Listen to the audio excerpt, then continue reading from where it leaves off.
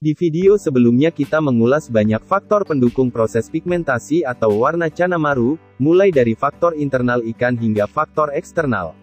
Dan kali ini kita akan mengupas secara spesifik pakan-pakan apa saja yang dapat membantu pigmentasi pada cana maru, dan sebuah senyawa kimia yang sangat vital untuk menunjang proses pigmentasi tersebut. Materi video ini kami kutip dari berbagai sumber. Bukan sebagai bentuk edukasi, namun sebatas teori untuk kita diskusikan. Sebelumnya, ada hal penting perlu dipahami berkaitan dengan proses pigmentasi pada saat mutasi warna cana maru. Secara singkat, pada kulit ikan terdapat sel kromatofor yang akan menampilkan warna. Dengan bahasa yang lebih sederhana, pada kulit ikan terdapat sel kromatofor yang diibaratkan semacam kantong-kantong yang bertugas menyimpan pigmen warna. Di mana setiap kromatofor atau kantong ini hanya dapat menyimpan warna yang unik.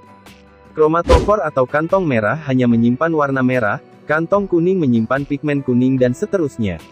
Menaikkan warna pada cana maru dapat terjadi, dan akan membuat maru berwarna merah atau kuning apabila beberapa syarat ini terpenuhi. Yang pertama, cana maru tersebut memiliki kromatofor sesuai warnanya. Semisal yellow maru tidak akan menjadi merah atau kemerahan jika memang tidak memiliki iridofor atau kromatofor merah. Selain itu, jumlah sel kromatofor tentunya juga akan sangat mempengaruhi. Yang ketiga, memastikan kromatofornya terisi pigmen, dan yang keempat pigmen dalam kromatofor tersebut menyebar, tidak berkumpul pada inti sel. Bicara pigmentasi pada hewan predator dengan basis warna merah atau kuning maka tak lepas dari senyawa karotenoid yaitu astaxanthin. Jadi jika kita bicara progres warna cana maru, mari kita kesampingkan dulu senyawa lain seperti beta-karoten, lutein, kantasantin ataupun zeaxanthin yang dianggap kurang efektif untuk ikan jenis karnivor. Yang kita fokuskan adalah senyawa astaxanthin. Jadi di sini, kita akan mengulas satu persatu sumber pakan apa saja yang mengandung senyawa astaxanthin, yang dapat digunakan untuk membantu proses pigmentasi cana maru. Yang pertama dan sudah banyak diketahui oleh para kiper maru adalah udang. Namun tentunya setiap jenis udang memiliki kandungan yang berbeda. Semisal udang faname yang memiliki kandungan astaxanthin sekitar 250 hingga 300 ppm. Jumlah ini, 10 kali lebih besar dibanding udang rebon. Jika menggunakan udang sebagai pakan cana maru, pastikan Anda memilih ukuran yang pas sehingga maru Anda dapat memakan udang secara utuh. Jangan mengupas atau membuang kepala udang, karena karapas dan kepala udang terdapat senyawa astaxanthin yang berkonsentrasi cukup tinggi. Jika menggunakan udang, cukup buang bagian tajam di bagian kepala dan ekornya. Yang kedua adalah minyak krill. Minyak krill berasal dari krill Euphausia superba, yakni biota laut sejenis udang yang sangat kecil dan terdapat di laut dalam Antartika. Udang kecil ini berwujud transparan dengan rona berwarna merah. Antarctic krill atau krustasea kecil ini hidup di Samudera Antartika, yang dianggap paling bersih dan murni, dan jauh dari polusi atau kerusakan alam sehingga dianggap sebagai sumber asam lemak yang sangat baik. Selain astaxanthin, Antarctic krill oil juga mengandung fosfolipid yang cukup tinggi. Dikutip dari berbagai sumber, minyak krill memiliki astaxanthin 1200 hingga 1400 ppm, sekitar 6 kali lebih banyak dari udang faname. Saat ini kami juga melakukan eksperimen menaikkan warna red maru dengan minyak krill. Anda dapat melihat update perkembangannya di beberapa video mendatang. Yang ketiga adalah salmon. Bukan rahasia lagi jika salmon adalah salah satu sumber pakan yang mengandung astaxanthin. Namun dengan kadar yang cukup kecil, yaitu berkisar 4 hingga 8 ppm. Setiap jenis salmon memiliki kandungan astaxanthin yang berbeda, tergantung jenisnya. Secara umum, salmon terbagi atas dua macam yaitu salmon ternak dan salmon tangkapan alam. Tentu saja salmon tangkapan alam lebih baik, namun juga dijual dengan harga yang lebih mahal. Kami sendiri tidak pernah menggunakan salmon sebagai sumber pakan secara kontinuitas meskipun pernah mencobanya.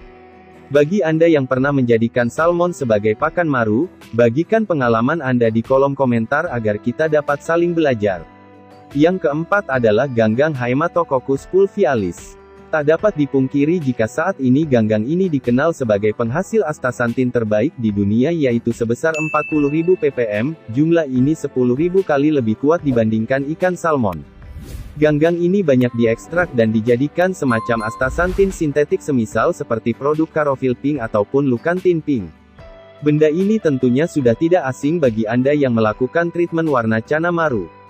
Kita juga sudah banyak membahas senyawa ini di video sebelumnya. Yang kelima adalah hamir ragi Pavia rhodozima.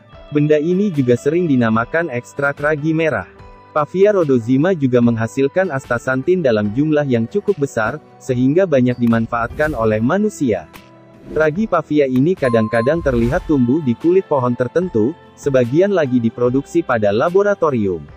Menurut penelitian, ragi Pavia alami mengandung astaxanthin berkisar 200 hingga 400 ppm, sementara ragi Pavia yang diatur secara genetik untuk penggunaan komersial dapat berisi astaxanthin hingga 8000 ppm. Pavia rhodozima ini juga diekstrak dan digunakan untuk membuat suplemen yang dikonsumsi oleh manusia. Bentuknya pun bermacam-macam, termasuk kapsul, minyak hingga bubuk yang ditambahkan selama pengolahan makanan, termasuk sebagai senyawa aditif yang dapat ditambahkan pada pakan ikan. Anda dapat menjumpai ragi ini yang dijual di toko online. Bila penasaran, Anda dapat mencobanya dan bagikan hasilnya kepada kami. Yang keenam adalah lobster.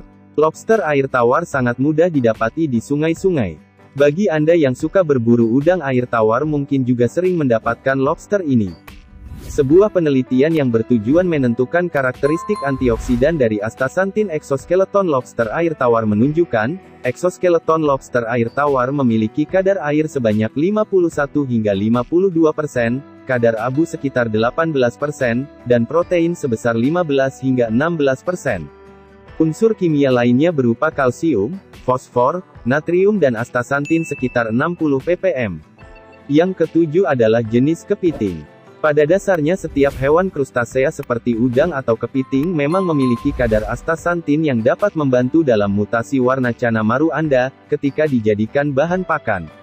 Dalam keadaan mentah, udang dan kepiting tidak berwarna merah seperti sumber astaxanthin lainnya. Pada udang terdapat semacam senyawa protein pelindung astaxanthin yang disebut krustasianin.